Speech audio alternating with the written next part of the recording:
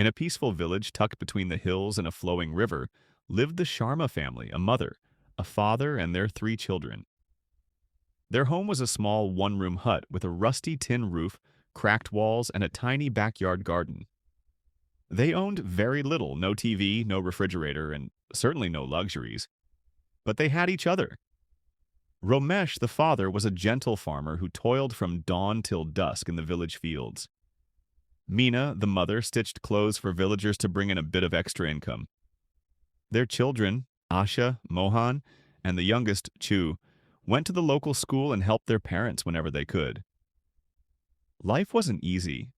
Some nights dinner was just plain rice with a pinch of salt. On tougher days, they went to bed on empty stomachs. Yet every night they gathered around an oil lamp, sharing stories, dreams, and laughter. Then came a year when the monsoon didn't arrive. The crops withered and jobs disappeared. Romesh tried to borrow money for seeds, but no one had anything to spare. Meena stopped receiving stitching orders. Hunger began to creep in like a silent shadow. One evening, after a meal of just rice, Asha spoke up. "Why don't we grow vegetables in our garden instead of flowers?" Mohan's face lit up. "I can try fishing in the river. Uncle Hari said he'd teach me." "I'll water the plants every day," Little Chu added with excitement. Romesh and Meena exchanged weary but hopeful smiles. "Let's give it a shot," Romesh said. "We have no money, but maybe we can grow something with what we already have." The next morning, the family began working together. Romesh prepared the soil, Meena sowed seeds Asha had gathered from neighbors.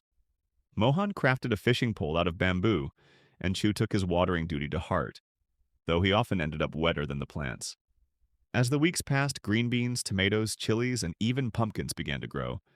Mohan brought home small fish, just enough for one, but Meena turned them into meals for 5. Soon, the neighbors began to notice. "Your garden looks amazing," said one. "Can you teach us too?" asked another. The Sharmas gladly shared their seeds, taught composting, and invited others to join.